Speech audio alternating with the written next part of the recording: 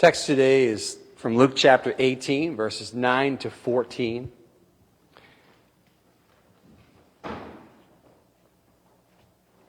Then Jesus told the story to some who had great confidence in their own righteousness and scorned everyone else. Two men went to the temple to pray. One was a Pharisee and the other was a despised tax collector.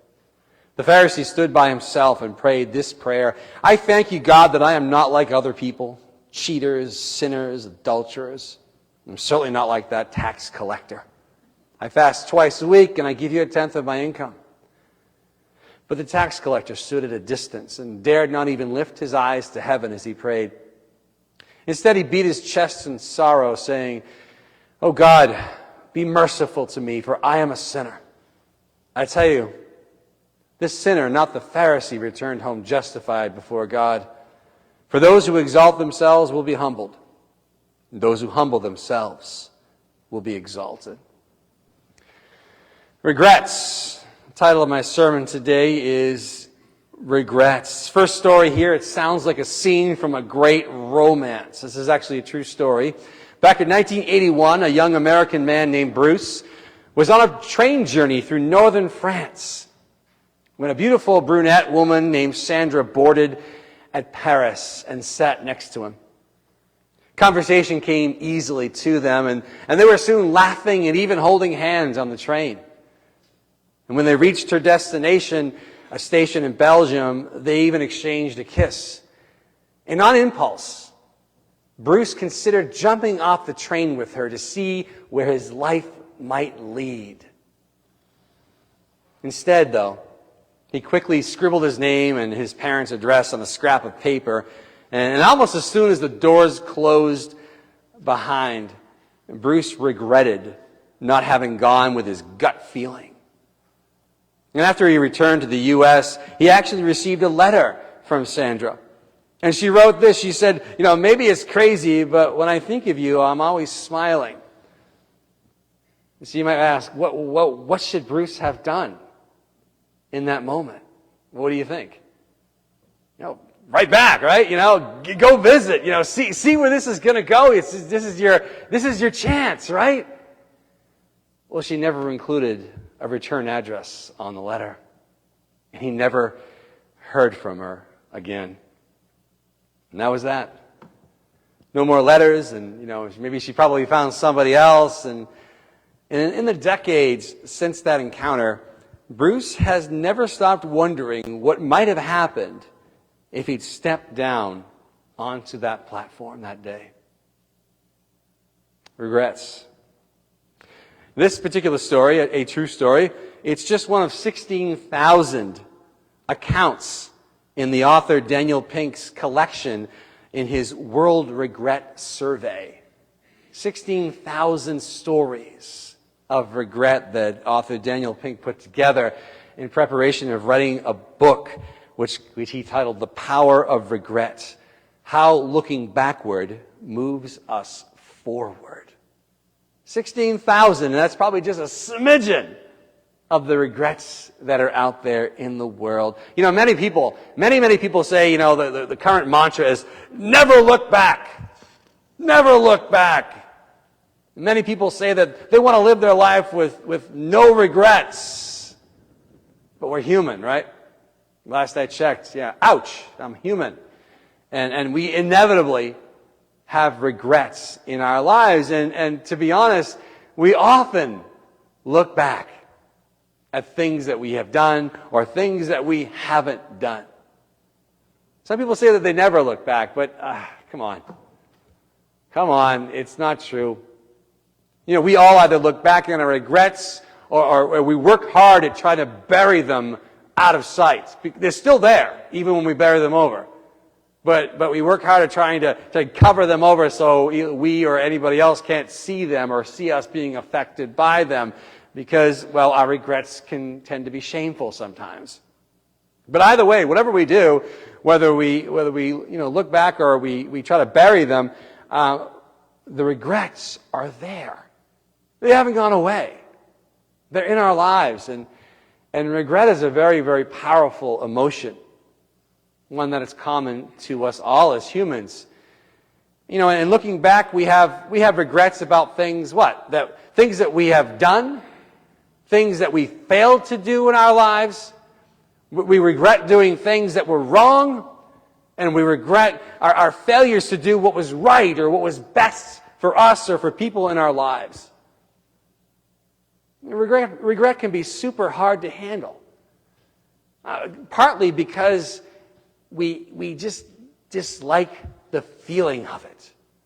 It's a very, very difficult emotion that goes along with regrets. But it's not necessarily a bad feeling emotion. It's not a bad thing that we feel that emotion, is what I'm trying to say. Yeah, the emotion feels bad. But it's not a bad thing to actually feel that emotion. In fact, it can actually be a great thing for us, especially according to the author I'm talking about today, because regret has the power to change our lives for the better. Daniel Pink, he wrote in his book, The Power of Regret, he said he is expressing and exploring how regret can make us make smarter decisions in the future, can improve our performance in school and work and life, and it can help us to enjoy more meaningful lives. And you're like, I don't want that. I don't want regret at all. I want to ignore it or pretend it's not there. I don't want to deal with my regrets. I just want to go live that life. Well, the author is saying that, it's hard to get to the life that we want to live without dealing with the regrets that we have in our past. We usually loathe thinking about regrets and we run from them. But maybe the author is suggesting maybe we shouldn't run from regret and push it away with all of our might. Instead, the very opposite, maybe we should actually embrace it and learn from it. Daniel Pink says, regret is a tool that helps us learn. It's adaptive, he says. And our culture, he says, has gone overboard on positivity, when in fact, negative emotions are more valuable. He didn't say they're more fun. He said they're more valuable. And we say negative emotions are more valuable? Huh? I don't think so. Well, the author says, Daniel says, when I think about my life, like pre-age 25, I just wasn't kind enough. And I definitely feel regret from that, he said. And there's nothing I can do to change it. I can't go back and find somebody who was mistreated by others and say, I'm sorry that, he says in Miss McMullen's class in 6th grade, I didn't step in when people were making fun of you. You can't really do that. It doesn't really work that way. Actually bullying others and hurting others, or standing by and watching others be bullied or treated badly or hurt or even abused, is one of the biggest regrets that many of us carry with us. Even to this day. Personally, I can think back on so many situations and when I was young and in grade school with terrible bullying going on, and I didn't do anything about it. And I cringe at that. Like, why didn't I? Because nobody did. It was hard. And we can all have regrets that follow along those lines. Well, Daniel Pink says he knows he cannot change the past, but he can go forward and say this. He can say to himself, I'm going to try to treat everybody with a greater degree of kindness than I did then. And then, he says, actually and intentionally do it. And that serves to better his life, he says. And it's true. It's the positive power of regret, where looking backward can help us look forward. And in a strange way, having no regrets, like we all are supposed to have no regrets, which is unreasonable, but having no regrets means we really wouldn't move forward and better ourselves in life, because what are we going to better ourselves from? It's the regrets that spur us on to live a better life. Well, in the Gospel of Luke, Jesus told a parable to some people who had no regrets. Verse 9 of our story today. Then Jesus told this story to some who had great confidence in their own righteousness, scorned everyone else. You know, if these folks that he was addressing here are alive in our world today, they would have, like, you know, that no regrets tattooed on their arm, or no regrets, however you want to say it. That's what they would have right there, and they would probably regret having the tattoo, because many people do regret getting tattoos, but, you know, many people like them. To each their own. Well, you know, two men, Jesus said, went up to the temple to pray. And these two men are just polar opposites. One, a Pharisee, and the other, a tax collector. And the people listening to Jesus, you know, they would have instantly understood that the Pharisee was a devout person who lived a very, very good and clean life. And the tax collector, they would have understood fully and instantly, was a despised, wretched sinner who manipulated and cheated his own citizens. Well, the Pharisee stood by himself because Pharisees stood apart from the crowd. They wanted to preserve their purity, and they don't want to, you know, intermingle with the riffraff and get tarnished and spoiled. So, verse 11, the Pharisee stood by himself and prayed this prayer: I thank you, God, that I am not like other people. Imagine praying this prayer. I mean, really, honestly. I thank you, God, that I am not like other people. All these cheaters and sinners and adulterers. And I'm certainly not that, like, you know, that guy over there way in the back who's cowering. Well, I fast twice a week. Come on, I'll give you 1/10 of my income, God. Pretty good, aren't I? You know, apparently he did it all right. Apparently he was living the life. Spirituality and perfection. The guy had no regrets. But then there's the tax collector. Verse 13. He stood at a distance and dared not even to lift his eyes to heaven as he prayed, and he beat his chest in sorrow. God, be merciful to me, for I am a sinner. Why is he so sorrowful?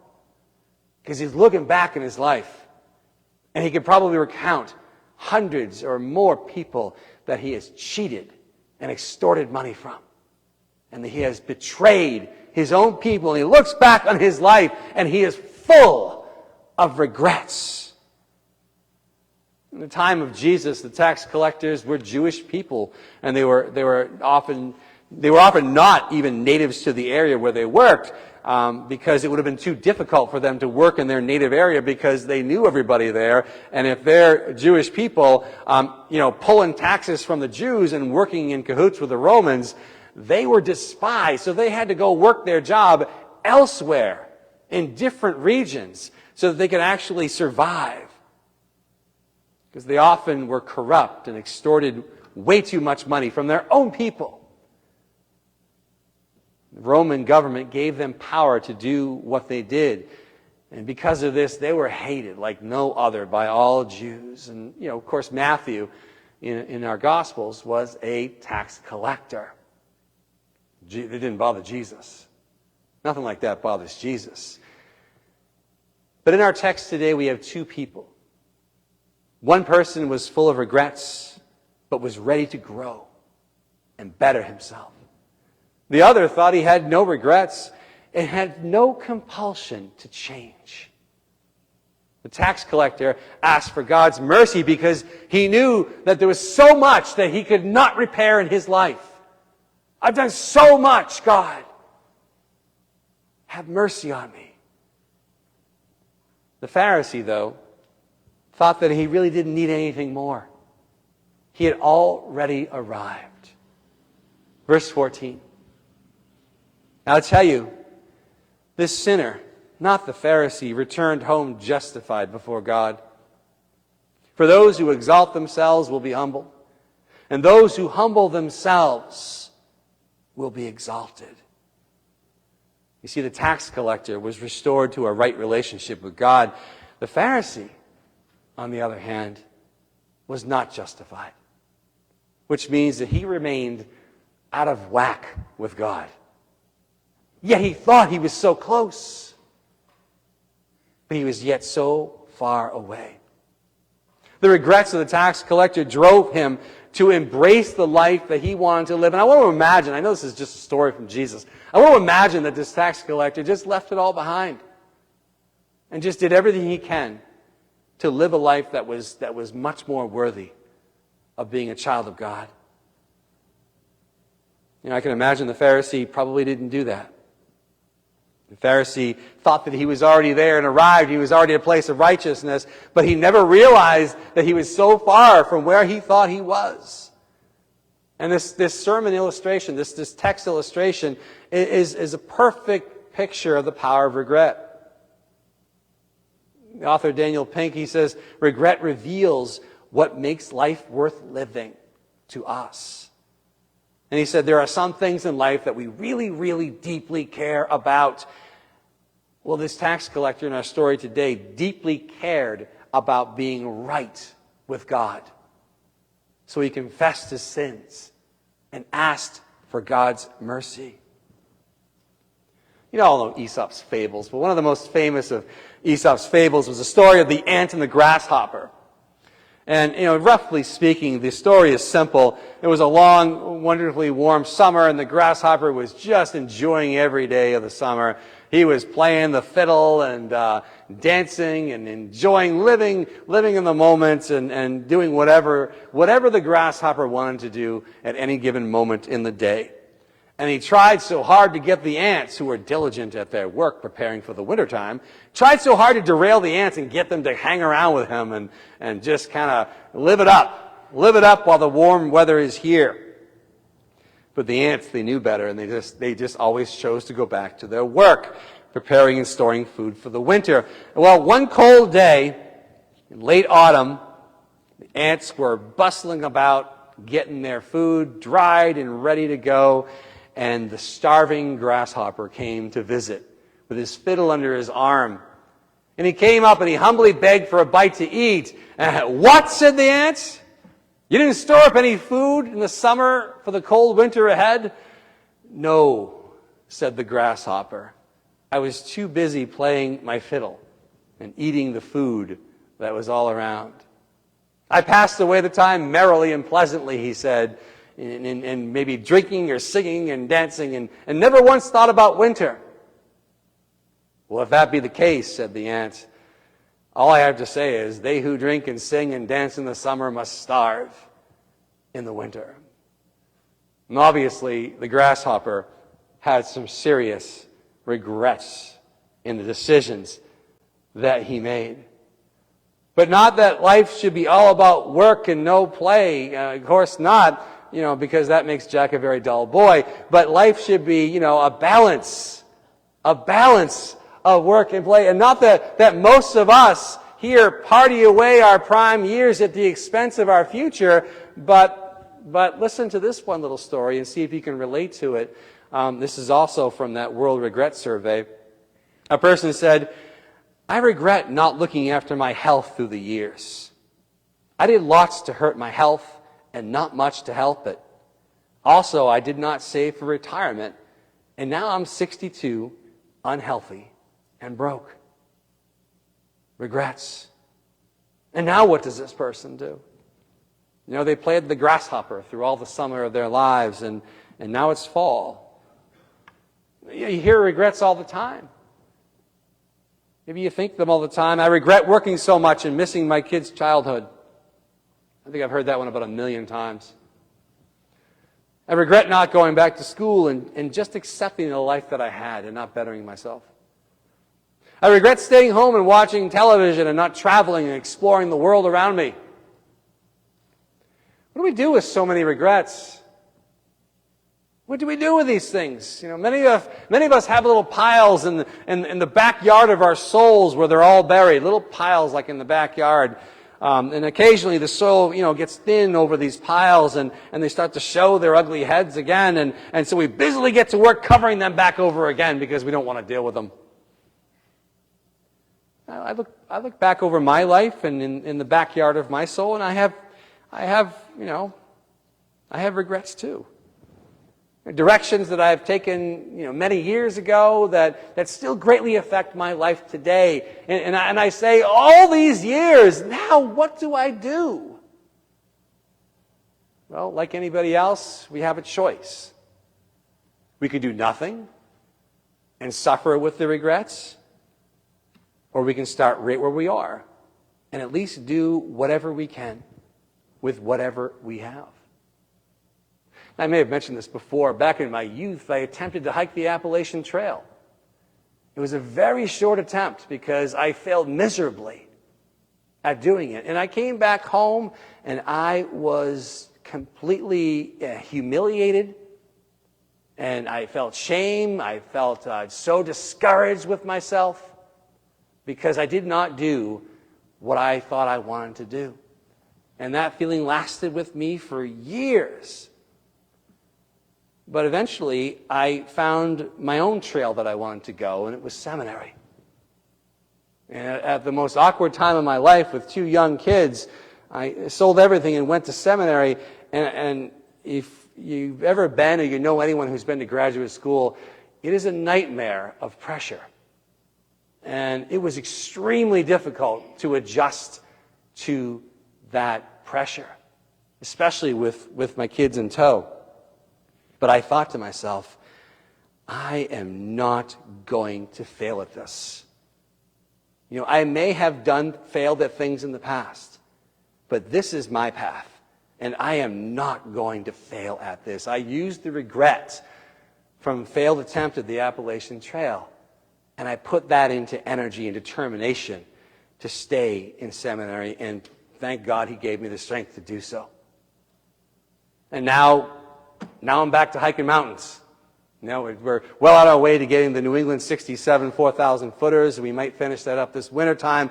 And who knows what the future might bring. Maybe there's another moment in my life when I might want to head down to Georgia and start that trip again up north. The good news is that most people want to do the right thing in life. And God is willing to help us turn our lives around and head in a new direction, no matter where we are. The author, again, Daniel Pink, he interviewed a woman who broke down and cried about her deepest moral regret. She said she bullied a kid on a school bus when she was 8 or 9 years old. And because she was so humble and honest about this, she could use this regret as motivation to go out of her way to intentionally treat people kindly in the future and to make good and to allow that regret not to eat away at her soul, but allow that regret to actually cause her to move forward and to live a better life. God really wants to forgive and to help us when we say, like the tax collector said, God, be merciful on me, a sinner who's made mistakes. I remember talking to someone years ago, and Laura and Bill, I'm so glad you're happy on your 51st wedding anniversary. But sadly, I talked to someone years and years ago. No one here knows them, but she was celebrating her 50th anniversary with her husband, and she said, in so many ways, I wish this day never would have happened. I wish that, you have to fake it all these years. And I think I regret this decision to get married to this person. It's hard. That's hard. But it's the honesty and it's the humility that allows people to move forward from moments like that. These are the qualities that can help us be right with God and with the people around us.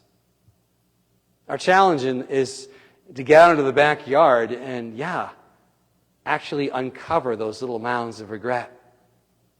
Not keep them covered up, but to actually uncover them and to see ourselves honestly. Otherwise, we're trying to be like the Pharisee. Otherwise, we're trying to cover things over and think, I'm glad I'm not like anybody else. I'm all right. I'm set.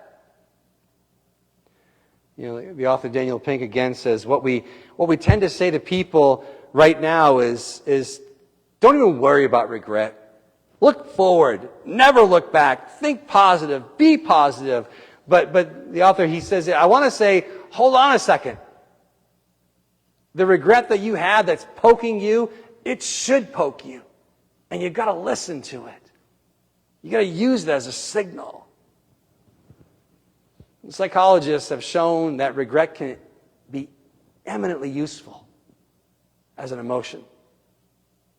It would be very scary, the author said, a very bad idea, I think, to eliminate regrets in our lives.